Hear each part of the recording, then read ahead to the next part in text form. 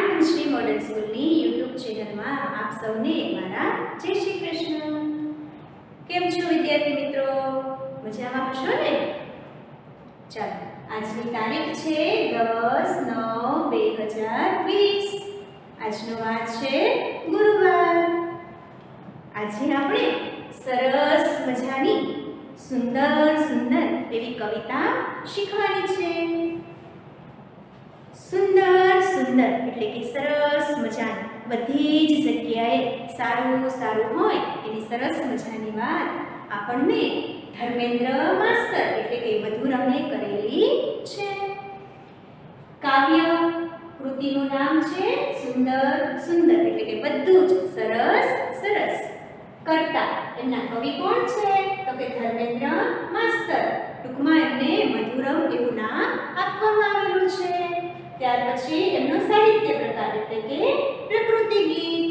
તો આજે આપણે આ સુંદર સુંદર કવિતામાં શું શું સુંદર લાગી રહ્યું છે તેના વિશે વાત કરવા જઈ રહ્યા છીએ। આપણને બધાને જ બધું જ સુંદર સુંદર ગમે છે ને? બરાબર છે?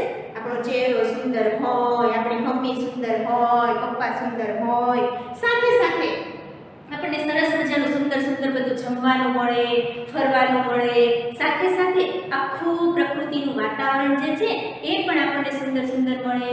સૂરજ સુંદર હોય, ચાંદો સુંદર હોય, પંખી, માનવ, આ બધું જ ચારેય દિશામાંથી આપણને સરસ મજાનું સુંદર સુંદર પ્રાપ્ત થાય એવી સરસ મજાની ધર્મેન્દ્ર માસ્તરે આ પ્રકૃતિ ગીતની અંદર વાત કરેલી છે। આ પ્રકૃતિ ગીતમાં કવિએ એટલે કે ધર્મેન્દ્ર માસ્તરે સૂરજ, ચાંદો, નદી, સરોવર, વન, ઉપવન બધું જ સુંદર છે એવું કહ્યું છે। તેમાં વસતા માછલી, પંખી, માનવ વગેરે પણ કવિને સુંદર લાગે છે। પ્રભુએ બનાવેલી દરેક વસ્તુ જો સુંદર હોય તો પ્રભુ પોતે કેવા સુંદર હશે?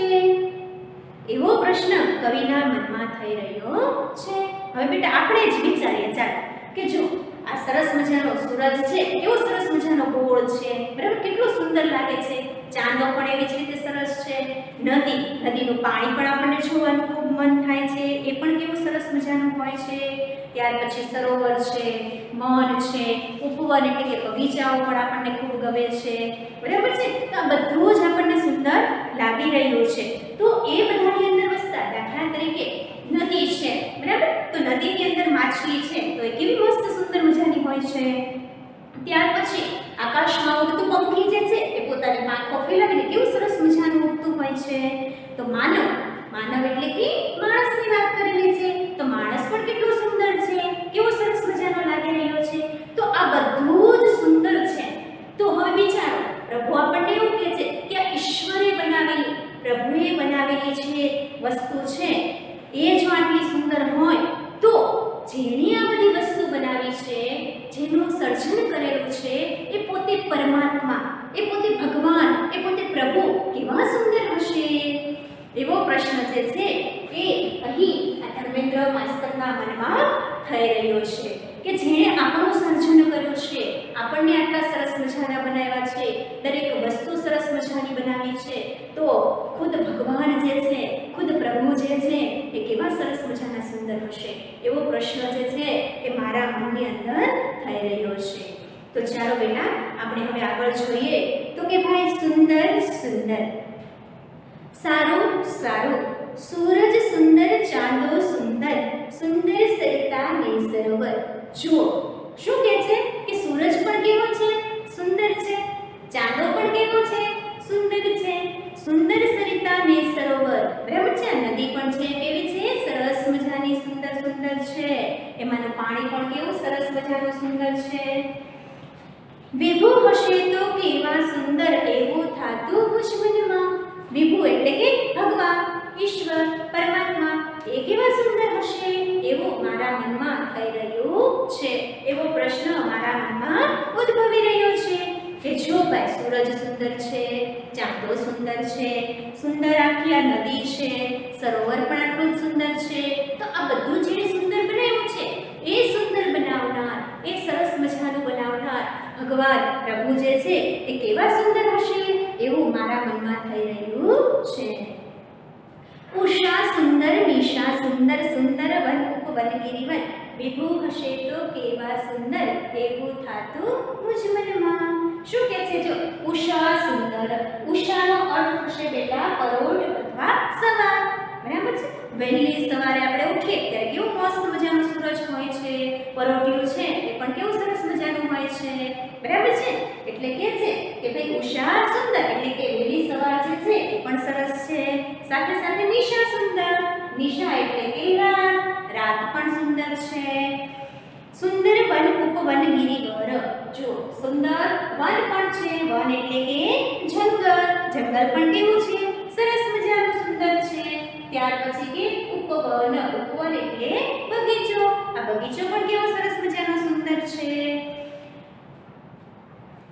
આપણને અહીં મજા આવે છે કે ભાઈ કવિ શું કહે છે કે ભાઈ ઉષા પણ સુંદર છે, નિશા પણ સુંદર છે, ઉપવન પણ સુંદર છે અને સાથે સાથે ગિરિવર, ગિરિવર એટલે કે પર્વત, પર્વત પણ સરસ મજાનો સુંદર છે.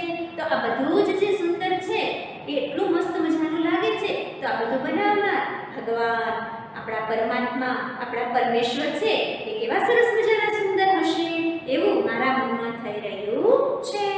જો ફરીવાર આપણે જોઈએ તો કે ભાઈ સવાર પણ સરસ છે, રાત પણ સરસ છે, ત્યાર પછી બગીચો પણ સરસ છે અને પર્વત પણ સરસ છે.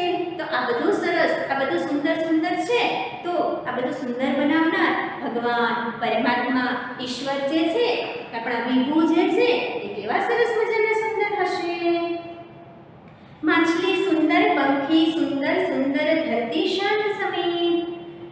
જો માછલી પણ કેવી સરસ મજાની સુંદર છે, પંખી પણ સુંદર છે, સુંદર ધરતી શાંત સમીર, આપણી ધરતી જે છે એ પણ સરસ મજાની સુંદર છે અને શાંત સમીર, સમીર એટલે કે પવન.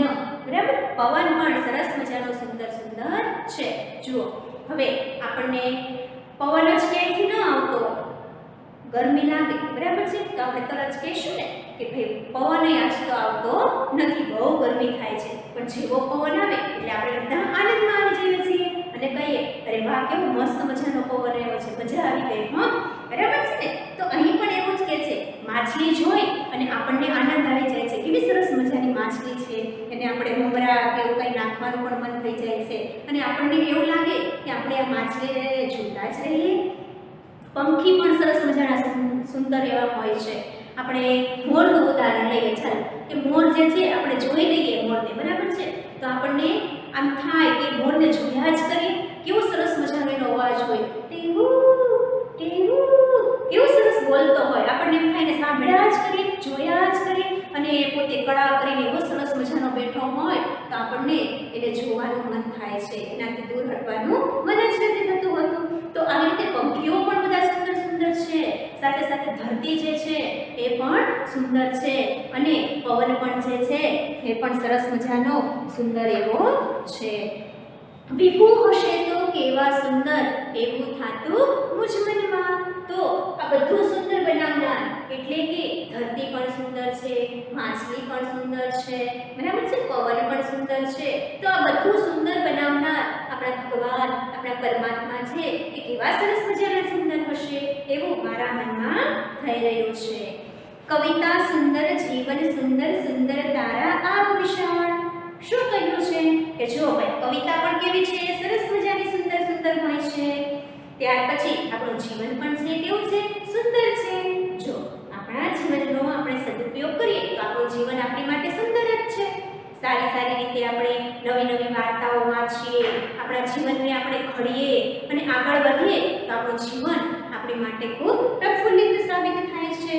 તો એટલે એ કવિએ એ પણ કહેલું છે કે જીવન પણ સુંદર છે, અનમોલ ભેટ છે ભગવાને આપેલી આપણને, એટલે આપણા જીવનને આપણે આમના વેડફી નાખવું જોઈએ નહીં. સુંદર તારા આપ વિશાળ, આપ એટલે કે આકાશ, આકાશની અંદર સરસ મજાના સુંદર સુંદર તારાઓ પણ છે.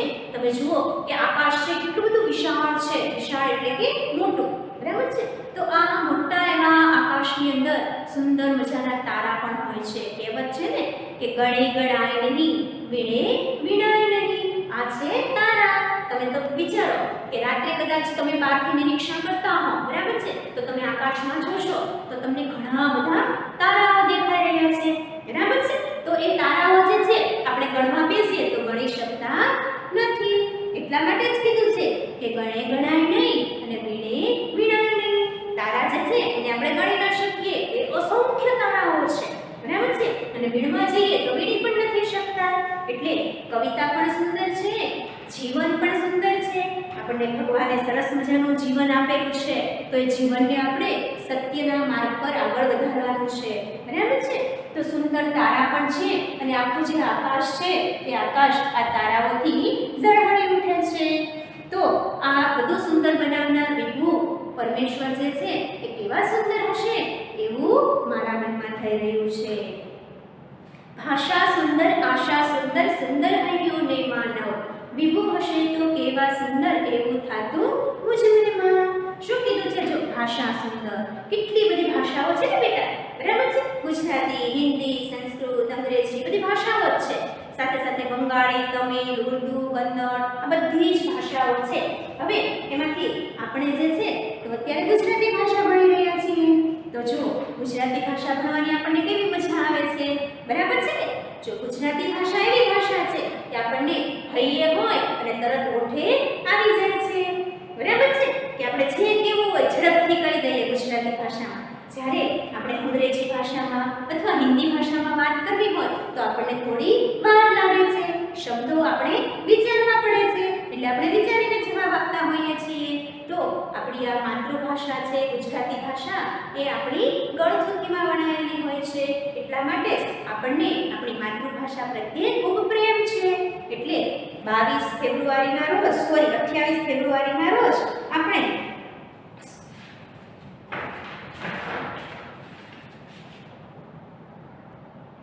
એટલે જ જો બેટા માતૃભાષા જે છે એ આપણી ગળથૂથીમાં વણાયેલી હોય છે અને આપણને માતૃભાષામાં બોલવું ખૂબ સરળ પડે છે અને ઝડપથી આપણે એ બોલી શકીએ છીએ, બરાબર છે. એટલે માતૃભાષા પ્રત્યે આપણને ખૂબ પ્રેમ હોય છે.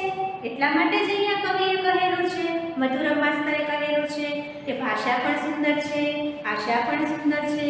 હવે જો આશા એટલે કે આપણને કોઈ પણ વસ્તુ છે, કોઈ પણ વ્યક્તિ છે એની માટેની આશા બંધાઈ ગઈ હોય છે, બરાબર, કે ભાઈ આ કામ જે છે એ તો મારે આ સમયમાં પૂર્ણ થઈ જ જવું જોઈએ.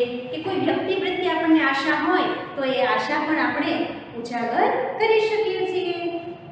આપણને એમ હોય કે ભાઈ મારે આ વખતે 5મા ધોરણની અંદર પહેલો નંબર લાવવો છે. આ શું થઈ? આપણી આશા થઈ. પણ એ આશા આપણી ક્યારે સફળ થશે? તો કે આપણે ખૂબ મહેનત કરીએ, સરસ મજાનું વાંચીએ, લખીએ, તો જ આપણને જે છે એ સફળતા મળી શકે છે. સુંદર હૈયું ને માનવ, હૈયું એટલે કે દિલ. આપણું દિલ પણ છે કેવું છે? સુંદર છે. જો બધાના દિલની અંદર ભગવાન વસેલા છે, બધાના હૃદયની અંદર પરમાત્મા બિરાજમાન છે. એટલે જ કહે છે ને કે તમે જે કંઈ કાર્ય કરો એ ભગવાનથી ડરીને કરજો, એટલે જેથી કરીને તમને ક્યારેય ડર લાગે નહીં. ભગવાન જે છે એ ચોક્કસપણે આપણું બધું સાંભળતા જ હોય છે, એવું કહે છે ને બધા, બરાબર છે. એટલા માટે આપણે હંમેશા સાચા અને નીતિના માર્ગે ચાલવું જોઈએ. સુંદર હૈયું ને માનવ, માનવનું હૈયું જે છે એ પણ સરસ મજાનું સુંદર સુંદર છે. સાથે સાથે માનવ પણ એટલો સુંદર છે. માનવ એટલે કે માણસ, માણસ પણ સરસ મજાનો સુંદર છે. તો આ જે છે તે આપણે વાત કરી કે ભાઈ મધુરમ માસ્તરે આપેલા પ્રકૃતિ ગીતની, કે ભાઈ દરેક વસ્તુ જે છે એ કેટલી બધી સરસ મજાની સુંદર સુંદર છે, બરાબર છે. દરેક વસ્તુ પાછળ આપણને ખૂબ આનંદ આવે છે. ઘણી વખત એવું પણ બને કે આપણને ગમતી વ્યક્તિ હોય અને જો એ વ્યક્તિ આપણને મળી જાય તો આપણને કેવું મજા આવે, કેવો આનંદ થાય, બરાબર છે. તો આ આનંદ અને આ મજા જે છે એ જ આપણા જીવનનો સાચો આનંદ છે. તો ચાલો હજી ફરીવાર આપણે એમને યાદ કરીએ કે ભાઈ મધુરમ જે છે એમણે આપણને શેની કયા કયા સુંદર સુંદર વસ્તુઓની વાત કરેલી છે. તો આપણે જોઈએ કે ભાઈ સૂરજ જે છે તે પણ સરસ મજાનો સુંદર છે, ચાંદો પણ સુંદર છે, સાથે સાથે સરિતા સરોવર એ પણ સરસ મજાના સુંદર સુંદર છે. ઉષા એટલે કે સવાર, રાત, પછી જંગલ, બગીચો, પર્વત એ બધી વસ્તુઓ પણ સરસ મજાની સુંદર છે. માછલી પણ સરસ સુંદર છે, સાથે સાથે પંખીઓ પણ સારા લાગી રહ્યા છે, સુંદર સુંદર છે. ધરતી, પવન, બરાબર છે. તો સાથે સાથે આપણા જીવનની અંદર જે આપણે કવિતાઓ ગાઈએ છીએ એ કવિતાઓ પણ કેટલી સુંદર છે, બરાબર છે ને. એ સાથે જ આપણું જીવન પણ ખૂબ સુંદર એવું ઘડેલું છે. આકાશની અંદર સરસ મજાના તારાઓ જે છે એ તારાઓ પણ સુંદર છે, ભાષા પણ સુંદર છે. કેટલું મીઠું લાગે આપણે કોઈને પૂછીએ કેમ છો, બરાબર, આવો આવો, બેસો બેસો, સામેવાળી વ્યક્તિ જે છે એને કેવો આનંદ આવશે આ વાક્ય સાંભળીને, બરાબર છે. એને આનંદથી એ પોતે ઝળમળી ઉઠશે અને એને એમ થશે કે અરે વાહ, મને કોઈએ બોલાવ્યો, બોલાવી, બરાબર છે. એટલે એ માણસ જે છે એ પ્રેમ અને લાગણીથી જોડાઈ જાય છે. એટલે આ ભાષા છે એ ઘણું બધું સારું એવું આપણને શીખવી જાય છે. આપણું હૈયું એટલે કે આપણું દિલ જે છે એ પણ સરસ મજાનું સુંદર હોવું જોઈએ. અને માણસે બનાવેલી જે કાંઈ વસ્તુઓ છે એ ભગવાન આપણને પૂરી પાડે છે, બરાબર છે. ચાલો હવે એક વખત આપણે આ કવિતા જે છે એ ગાવાનો પ્રયત્ન કરીએ. સુંદર સુંદર સુંદર સુંદર સૂરજ સુંદર, ચાંદો સુંદર સુંદર, સરિતાને સરોવર, વિભુ હશે તો કેવા સુંદર, એવું થાતું મુજ મનમાં. ઉષા સુંદર, નિશા સુંદર, સુંદર વન ઉપવન ગિરિવન, વિભુ હશે તો કેવા સુંદર, એવું થાતું મુજ મનમાં. માછલી સુંદર, પંખી સુંદર સુંદર, ધરતી શાંત સમીર, વિભુ હશે તો કેવા સુંદર, એવું થાતું મુજ મનમાં.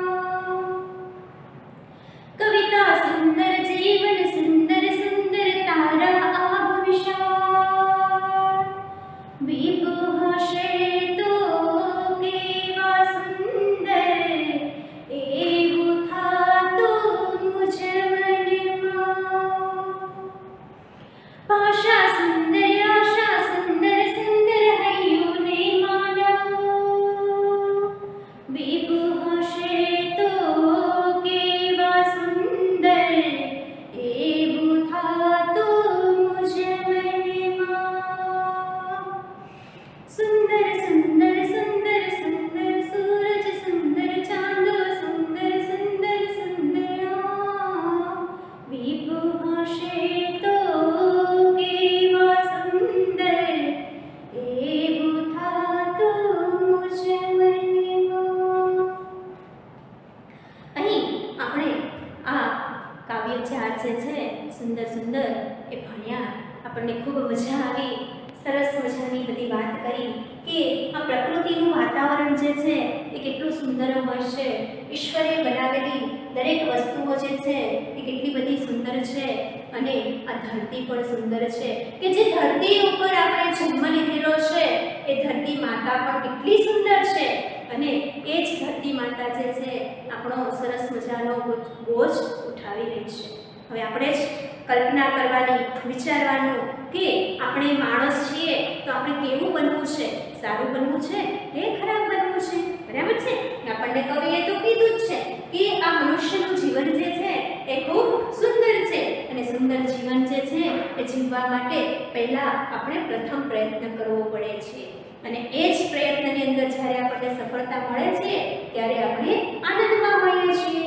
એટલે માણસે પોતાનું જીવન જે છે એ સારી રીતે નીતિ અને ઈમાનદારીથી જીવવું જોઈએ. અહીં ધર્મેન્દ્ર માસ્તર કહે છે કે ભાઈ સુંદર સુંદર તમને બધું લાગી રહ્યું છે તો એ સાથે સાથે આપણે પણ સુંદર બનવું પડશે ને. તો આજથી જ આપણે શરૂઆત કરી દઈએ કે ભાઈ હું પણ સુંદર બનવાનો પ્રયત્ન કરીશ. સુંદર બનવું એટલે ચહેરો આપણો રૂપાળો કરવો એ અર્થમાં સુંદરની વાત નથી કરેલી હો બેટા. સુંદર એટલે કે આપણું મન સાફ હોવું જોઈએ, નિખાલસ હોવું જોઈએ, બરાબર છે. આપણા મનની અંદર કોઈ પણ પ્રકારનું કપટ, ઈર્ષા, અનીતિ ન હોવા જોઈએ. તો જ આપણે જીવનની અંદર સારા માર્ગે જઈ શકીએ અને તો જ આપણને બધા જે છે એ સારી રીતે રાખી શકે છે. તો ચાલો બેટા, હવે આપણે અહીં આ સુંદર સુંદર કવિતા જે છે એ પૂર્ણ કરી રહ્યા છીએ. હવે આપણે વ્યાકરણમાં થોડા વિરામચિહ્નો જે છે એ જોઈએ કે જેથી આપણને ખ્યાલ આવે કે ગુજરાતી આપણી માતૃભાષા છે, તો એ માતૃભાષાની અંદર આપણા કેટલા કેટલા વિરામચિહ્નો આવેલા છે અને એ વિરામચિહ્નો જે છે એ કઈ કઈ જગ્યાએ વપરાય છે, કેવી રીતે ઉપયોગી થાય છે તેની પણ આપણે વાત કરીએ. બરાબર છે? તો જ્યારે પણ બેટા તમે આ વિરામચિહ્નો લખવા બેસો અથવા તો જ્યારે પણ તમે આ વિડિયો જે છે એ જુઓ ત્યારે ચોક્કસપણે આ વિરામચિહ્નો જે છે એને શાંતિથી સમજવાનો પ્રયત્ન કરજો કે જેથી કરીને તમને લોકોને ખ્યાલ આવે કે આ વિરામચિહ્નો જે છે એ આપણી આ માતૃભાષા છે એ માતૃભાષામાં કેટલા ઉપયોગી સાબિત થાય છે. બરાબર છે? તો હવે આપણે વિરામચિહ્નો તરફ જઈએ છીએ. ઘણા બધા વિરામચિહ્નો છે. એ વિરામચિહ્નોને તમારે જીવનમાં હંમેશા યાદ રાખવાના છે.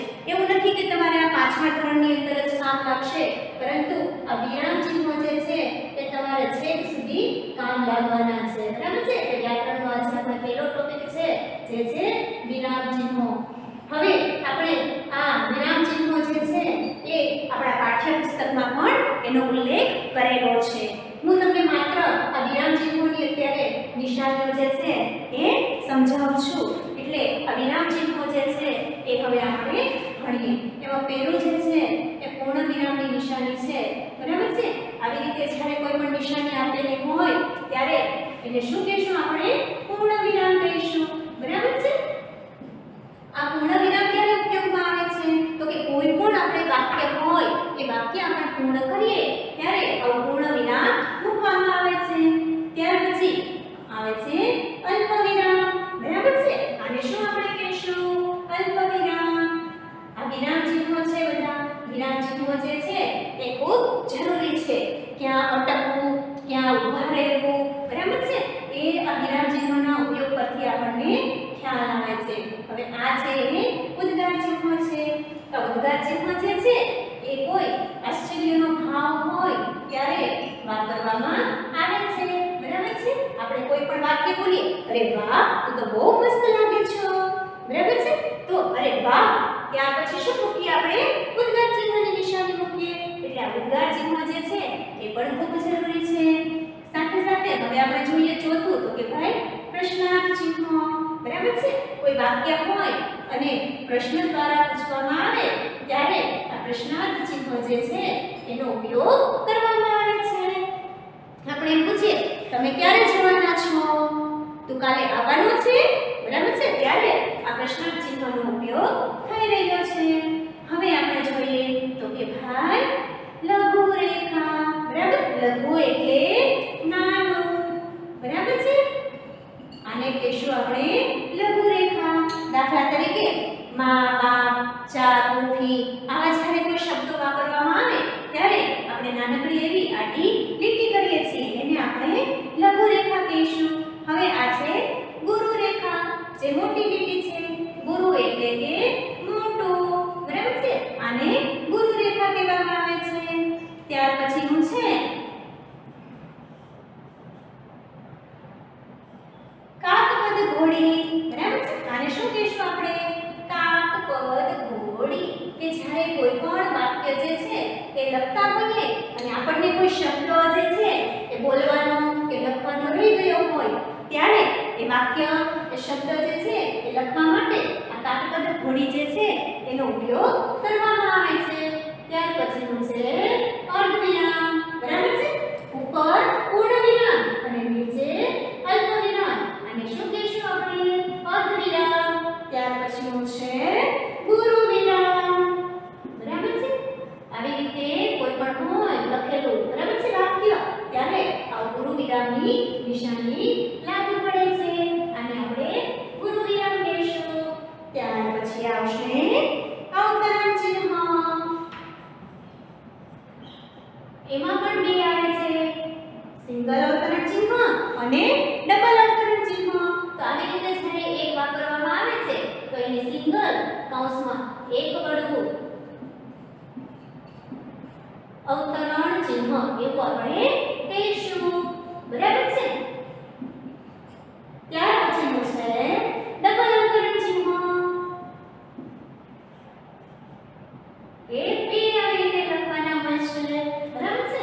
અને ડબલ એટલે કે બે વડું, બરાબર છે, બે વડું અવતરણ ચિહ્ન। કોઈ ખાસ વ્યક્તિ હોય અને એની ઓળખ કરાવતા હોય, બરાબર છે, ભારપૂર્વક કોઈ શબ્દ કહેવામાં આવ્યો હોય, કોઈ ખ્યાતનામ વ્યક્તિ વિશે વાત કરતા હોય ત્યારે આનો ઉપયોગ કરવામાં આવે છે। ત્યાર પછીનું છે લોપ ચિહ્ન, બરાબર છે, લોપ ચિહ્ન। હવે લોપ ચિહ્નનો ક્યારે ઉપયોગ થાય છે તો કે મોટા ભાગે હ હોય ને ઘણી જગ્યાએ આ લોપ ચિહ્ન જે છે એ વાપરવામાં આવે છે, બરાબર છે। તો આ હતા આપણા વિરામ ચિહ્નો।